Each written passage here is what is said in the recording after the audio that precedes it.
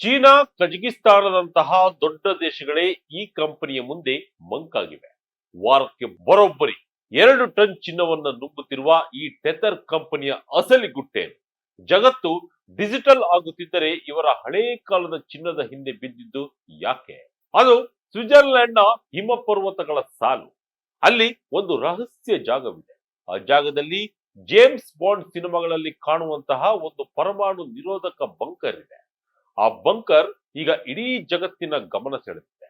ಆ ಬಂಕರ್ ನಲ್ಲಿ ಯಾವುದೋ ದೇಶದ ರಹಸ್ಯಗಳಿಲ್ಲ, ಬದಲಾಗಿ ಅಲ್ಲಿ ರಾಶಿ ರಾಶಿ ಚಿನ್ನದ ಇಟ್ಟಿಗೆಗಳಿವೆ. ಆಶ್ಚರ್ಯ ಅಂದ್ರೆ ಈ ಚಿನ್ನದ ಗಟ್ಟಿಗಳ ಒಡೆಯ ಯಾವುದೋ ಶ್ರೀಮಂತ ದೇಶವಲ್ಲ ಅಥವಾ ರಾಜ ಮನೆತನವೂ ಅಲ್ಲ. ಅದರ ಮಾಲೀಕ ಬಂದ್ಬಿಟ್ಟು ಒಂದು ಪ್ರೈವೇಟ್ ಕ್ರಿಪ್ಟೋ ಕಂಪನಿ. ಎಸ್, ಜಗತ್ತಿನ ಅತಿ ದೊಡ್ಡ crypto stable coin company tether ಮಾತ್ರ ಸದ್ದಿಲ್ಲದೆ ಭೂಮಿಯ ಮೇಲಿರುವ ಚಿನ್ನವನ್ನೆಲ್ಲ ಬಾಚಿಕೊಳ್ಳುತ್ತಿದೆ.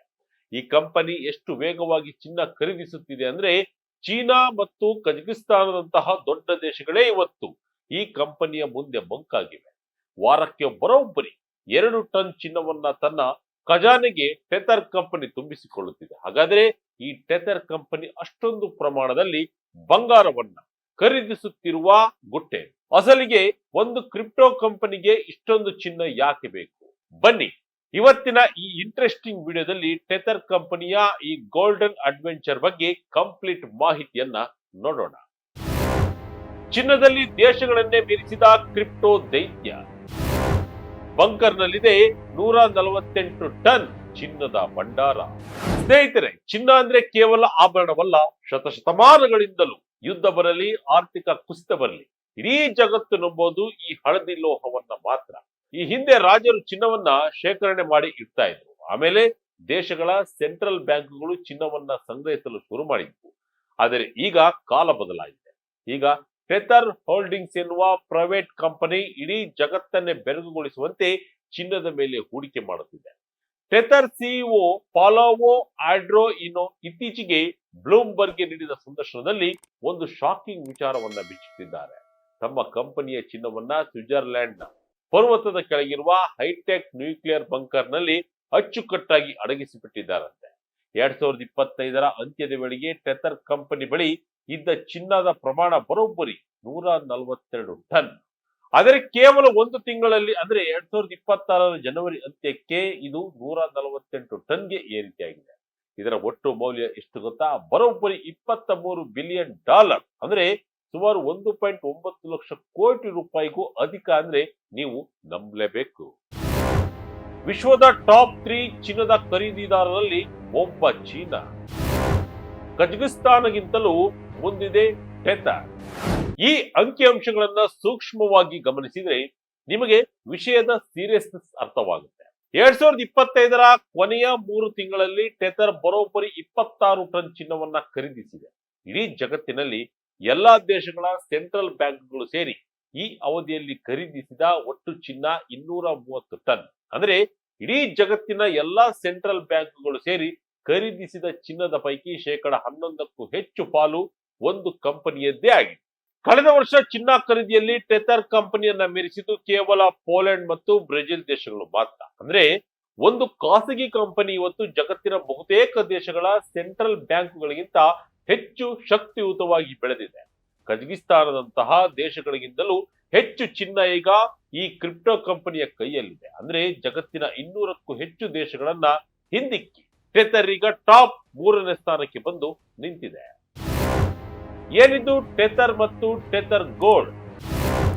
ಡಿಜಿಟಲ್ ಹಣಕ್ಕೆ ಚಿನ್ನವೇ ಅಡಿಪಾಯ. ಈಗ ನಿಮ್ಮ ತಲೆಯಲ್ಲಿ ಒಂದು ಪ್ರಶ್ನೆ ಬರಬಹುದು, ಅಲ್ಲ ಸ್ವಾಮಿ, ಡಿಜಿಟಲ್ ಕರೆನ್ಸಿ ಬಿಸಿನೆಸ್ ಮಾಡುವವರಿಗೆ ಈ ಫಿಸಿಕಲ್ ಚಿನ್ನ ಯಾಕೆ ಬೇಕು ಅಂತ. ಇದಕ್ಕೆ ಉತ್ತರ ಇಲ್ಲಿದೆ ನೋಡಿ. 2014ರಲ್ಲಿ ಆರಂಭವಾದ ಟೆಥರ್ ಕಂಪನಿ ಹೊರತರುವ ಕರೆನ್ಸಿಯನ್ನ ಸ್ಟೇಬಲ್ ಕಾಯಿನ್ ಅಂತ ಕರೀತಾರೆ. ಸಾಮಾನ್ಯವಾಗಿ ಬಿಟ್ ಕಾಯಿನ್ ಬೆಲೆ ಏರುತ್ತೆ ಇಳಿಯುತ್ತೆ, ತುಂಬಾ ರಿಸ್ಕ್ ಇರುತ್ತೆ. ಆದ್ರೆ ಟೆಥರ್ ಹೊರತರುವ USDT ಕಾಯಿನ್ ಬೆಲೆ ಯಾವಾಗಲೂ ಅಮೆರಿಕದ $1ಗೆ ಸಮನಾಗಿರುತ್ತೆ. ಇದು ನಂಬಿಕೆ ಬರಬೇಕಾದ್ರೆ ಕಂಪನಿ ತನ್ನ ಬಳಿಯಷ್ಟೇ ಮೌಲ್ಯದ ರಿಯಲ್ ಹಣ ಅಥವಾ ಆಸ್ತಿಯನ್ನ ಇಟ್ಟುಕೊಳ್ಬೇಕಾಗುತ್ತೆ. ಸದ್ಯ ಮಾರ್ಕೆಟ್ ನಲ್ಲಿ $187 ಬಿಲಿಯನ್ ಮೌಲ್ಯದ USDT ಕಾಯಿನ್ಗಳು ಚಲಾವಣೆಯಲ್ಲಿವೆ. ಇದರ ಜೊತೆ ಟೆಥರ್ ಕಂಪನಿ ಈಗ ಟೆಥರ್ ಗೋಲ್ಡ್ ಎಂಬ ಹೊಸ ಟೋಕನ್ ಅನ್ನ ಪರಿಚಯಿಸಿದೆ. ಇದರ ವಿಶೇಷತೆ ಏನಂದ್ರೆ ನೀವು ಒಂದು ಟೆಥರ್ ಗೋಲ್ಡ್ ಟೋಕನ್ ಖರೀದಿಸಿದ್ರೆ ಅದು ಒಂದು ಟ್ರಾಯ್ ಔನ್ಸ್ ಅಸಲಿ ಚಿನ್ನಕ್ಕೆ ಸಮನಾಗಿರುತ್ತೆ. ಅಂದ್ರೆ ನೀವು ಡಿಜಿಟಲ್ ಆಗಿ ಚಿನ್ನ ಖರೀದಿಸುತ್ತೀರಿ, ಆದರೆ ಟೆಥರ್ ಕಂಪನಿ ನಿಮ್ಮ ಪರವಾಗಿ ಅಷ್ಟೇ ಪ್ರಮಾಣದ ಅಸಲಿ ಚಿನ್ನವನ್ನ ತನ್ನ ಸ್ವಿಸ್ ಬಂಕರ್ ನಲ್ಲಿ ತಂದಿಡುತ್ತೆ. ಚಿನ್ನದ ಬೆಲೆ ಏರಿಕೆಯಿಂದ ಭರ್ಜರಿ ಲಾಭ. ಟರ್ಕಿ, ನೈಜೀರಿಯಾದಲ್ಲಿ ಟೆಥರ್ ಗೋಲ್ಡ್ಗೆ ಡಿಮ್ಯಾಂಡ್. ಚಿನ್ನದ ಮೇಲೆ ಹೂಡಿಕೆ ಮಾಡಿದ್ದು ಟೆಥರ್ ಕಂಪನಿಗೆ ಬರೀ ಭದ್ರತೆ ಮಾತ್ರ ನೀಡಿಲ್ಲ, ಬದಲಾಗಿ ಭರ್ಜರಿ ಲಾಭವನ್ನ ತಂದುಕೊಟ್ಟಿದೆ. 2026ರ ಆರಂಭದಲ್ಲಿ ಚಿನ್ನದ ಬೆಲೆ ಒಂದು ಔನ್ಸ್ಗೆ $5,200 ದಾಟಿದಾಗ ಟೆಥರ್ ಹೊಂದಿದ್ದ ಚಿನ್ನದ ಮೌಲ್ಯ ಒಂದೇ ತಿಂಗಳಲ್ಲಿ $5 ಬಿಲಿಯನ್, ಅಂದ್ರೆ ಸುಮಾರು 40,000 ಕೋಟಿ ರೂಪಾಯಿ ಹೆಚ್ಚಾಗಿದೆ. ಇನ್ನು ಟರ್ಕಿ, ಅರ್ಜೆಂಟೈನಾ ಮತ್ತು ನೈಜೀರಿಯಾದಂತಹ ದೇಶಗಳಲ್ಲಿ ಹಣದುಬ್ಬರ ಜಾಸ್ತಿಯಾಗಿ ಅಲ್ಲಿನ ಸ್ಥಳೀಯ ಕರೆನ್ಸಿಗಳ ಮೌಲ್ಯ ಕುಸಿಯುತ್ತಿದೆ. ಇಂತಹ ದೇಶಗಳ ಜನರು ಈಗ ಅಸಲಿ ಚಿನ್ನವನ್ನ ಮನೆಯಲ್ಲಿ ಇಟ್ಟುಕೊಳ್ಳುವ ಬದಲು ಟೆಥರ್ ಕಂಪನಿಯ ಡಿಜಿಟಲ್ ಚಿನ್ನವನ್ನ ಖರೀದಿಸುತ್ತಿದ್ದಾರೆ. ಯಾಕೆಂದ್ರೆ ಇದನ್ನ ಮಾರಾಟ ಮಾಡುವುದು ಸುಲಭ ಮತ್ತು ಸ್ವಿಸ್ ಬಂಕರ್ ನಲ್ಲಿ ಇದು ಸೇಫ್ ಆಗಿ ಇರುತ್ತೆ ಅನ್ನೋ ನಂಬಿಕೆ ಜನರಲ್ಲಿದೆ. ಇದೇ ಕಾರಣಕ್ಕೆ ಟೆಥರ್ ಗೋಲ್ಡ್ ಮಾರುಕಟ್ಟೆ ಈಗ $6 ಬಿಲಿಯನ್ ದಾಟಿದೆ. ಬರೀ ಲಾಭವಲ್ಲ, ಇದೊಂದು ಮಾಸ್ಟರ್ ಪ್ಲಾನ್. ಡಾಲರ್ ಕುಸಿದರೂ Tether company safe. Tether company ಯಾಕೆ ಇಷ್ಟೊಂದು ಚಿನ್ನವನ್ನ ರಾಶಿ ಹಾಕುತ್ತಿದೆ ಅನ್ನೋದಕ್ಕೆ 3 ಮುಖ್ಯ ಕಾರಣಗಳಿವೆ. ಅದೇನೆಂದ್ರೆ, ಫಸ್ಟ್, ಭದ್ರತೆ. ಅಮೆರಿಕದ ಬಾಂಡ್ಗಳು ಅಥವಾ ಡಾಲರ್ ಮೌಲ್ಯ ಕುಸಿದರೆ ಕಂಪನಿಗಳಿಗೆ ತೊಂದರೆ ಆಗಬಾರದು ಎಂದು ಚಿನ್ನವನ್ನ ಒಂದು ರಕ್ಷಣಾ ಕವಚವಾಗಿ ಟೆಥರ್ ಬಳಸುತ್ತಿದೆ. ಸೆಕೆಂಡ್, ಪೋರ್ಟ್ಫೋಲಿಯೋ ವೈವಿಧ್ಯತೆ. ಬರೀ ಡಿಜಿಟಲ್ ಪೇಪರ್ಗಳ ಮೇಲೆ ಅವಲಂಬಿತವಾಗುವ ಬದಲು 10% ರಿಂದ 15% ಹೂಡಿಕೆಯನ್ನ ಫಿಸಿಕಲ್ ಚಿನ್ನದ ಮೇಲೆ ಮಾಡುವುದು ಇವರ ಪ್ಲಾನ್. ಮೂರನೇದಾಗಿ, ರಿಸ್ಕ್ ಫ್ರೀ ಇಂಟರೆಸ್ಟ್. ಅಮೆರಿಕದ ಟ್ರೆಜರಿ ಬಾಂಡ್ಗಳಿಗಿಂತ ಟೆಥರ್ ಕಂಪನಿ ಪ್ರತಿ ವರ್ಷ $100 ಕೋಟಿ ಲಾಭ ಗಳಿಸುತ್ತಿದೆ. ಈ ಲಾಭದ ಹಣವನ್ನು ತಂದು ಮತ್ತೆ ಚಿನ್ನದ ಮೇಲೆ ಹೂಡಿಕೆ ಮಾಡುತ್ತಿದೆ. 2025ರ ಎರಡನೇ ತ್ರೈಮಾಸಿಕವೊಂದರಲ್ಲೇ ಈ ಕಂಪನಿ $4.9 ಬಿಲಿಯನ್ ನಿವ್ವಳ ಲಾಭ ಮಾಡಿತ್ತು. ಅಂದ್ರೆ ನೀವು ಊಹಿಸಬಹುದು ಈ ಕಂಪನಿ ಎಷ್ಟು ಪವರ್ಫುಲ್ ಆಗಿದೆ ಅಂತ. ಬದಲಾಗುತ್ತಿದೆ ಜಾಗತಿಕ ಮಾರುಕಟ್ಟೆಯ ಚಿತ್ರಣ. ಪ್ರೈವೇಟ್ ಕಂಪನಿಗಳ ಕೈಗೆ ಚಿನ್ನದ ನಿಯಂತ್ರಣ. ಇನ್ನು ದಶಕಗಳಿಂದ ಚಿನ್ನದ ಮಾರುಕಟ್ಟೆಯನ್ನ ಕೇವಲ ದೇಶಗಳ ಸೆಂಟ್ರಲ್ ಬ್ಯಾಂಕ್ಗಳು ಮತ್ತು ದೊಡ್ಡ ಜ್ಯುವೆಲರಿ ಕಂಪನಿಗಳು ನಿಯಂತ್ರಿಸುತ್ತಿದ್ದವು. ಆದರೆ ಈಗ ಟೆಥರ್ನಂತಹ ಪ್ರೈವೇಟ್ ಕಂಪನಿಗಳು ಈ ಆಟವನ್ನ ಬದಲಿಸುತ್ತಿವೆ. ಕಳೆದ 1 ವರ್ಷದಲ್ಲಿ ಚಿನ್ನದ ಬೆಲೆ 90%ಕ್ಕೂ ಹೆಚ್ಚು ಏರಿಕೆಯಾಗಲು ಇಂತಹ ಪ್ರೈವೇಟ್ ಕಂಪನಿಗಳ ಭಾರೀ ಖರೀದಿಯು ಒಂದು ಕಾರಣ. ಟೆಥರ್ ಮುಂದಿನ ಕೆಲವು ತಿಂಗಳುಗಳ ಕಾಲ ತಿಂಗಳಿಗೆ $1 ಬಿಲಿಯನ್ ಮೌಲ್ಯದ ಚಿನ್ನವನ್ನ ಖರೀದಿಸುವ ಪ್ಲಾನ್ ಹೊಂದಿದೆ. ಇನ್ನು ಭಾರತ ಕೂಡ ಹೆಚ್ಚಿನ ಪ್ರಮಾಣದಲ್ಲಿ ಚಿನ್ನವನ್ನ ಖರೀದಿಸುತ್ತಿದೆ.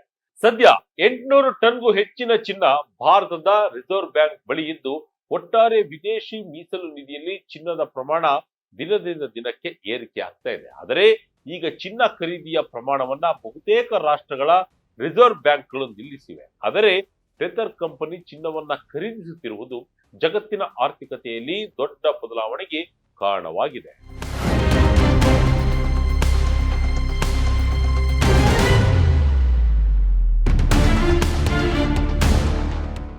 ಒಟ್ಟಿನಲ್ಲಿ ಜಗತ್ತು ಇವತ್ತು ಡಿಜಿಟಲ್ ಯುಗದ ಕಡೆಗೆ ಹೋಗ್ತಿರಬಹುದು. ಆದರೆ ಫೈನಲಿ ಭದ್ರತೆ ಬೇಕು ಅಂದಾಗ ಎಲ್ಲರೂ ಶರಣಾಗುವುದು ಮಾತ್ರ ಅದೇ ಹಳದಿ ಲೋಹ ಚಿನ್ನಕ್ಕೆ. ಒಂದು ಕ್ರಿಪ್ಟೋ ಕರೆನ್ಸಿ ದೇಶಗಳನ್ನೇ ಮೀರಿಸಿ ಚಿನ್ನದ ಸಾಮ್ರಾಜ್ಯ ಕಟ್ಟುತ್ತಿರುವುದು ಹಣಕಾಸು ಜಗತ್ತಿನಲ್ಲಿ ಹೊಸ ಸಂಚಲನವನ್ನ ಮೂಡಿಸಿದೆ. ಡಾಲರ್ ವರ್ಸಸ್ ಗೋಲ್ಡ್ ನಡುವಿನ ಈ ಸಮರದಲ್ಲಿ ಟೆಥರ್ ಕಂಪನಿ ಗೆಲ್ಲುತ್ತಾ ಅಥವಾ ಈ ಚಿನ್ನದ ಸಂಗ್ರಹ ಡಿಜಿಟಲ್ ಕರೆನ್ಸಿಗೆ ಹೊಸ ದಾರಿಯಾಗುತ್ತಾ ಅನ್ನೋದನ್ನ ಕಾಲವೇ ನಿರ್ಧರಿಸಬೇಕು. ಇದಾಗಿತ್ತು ಈ ಕ್ಷಣದ ಇಂಟ್ರೆಸ್ಟಿಂಗ್ ಸ್ಟೋರಿ. ಇದೇ ರೀತಿಯ ಸ್ಟೋರಿಗಾಗಿ Vijaya Karnataka website, YouTube page, Facebook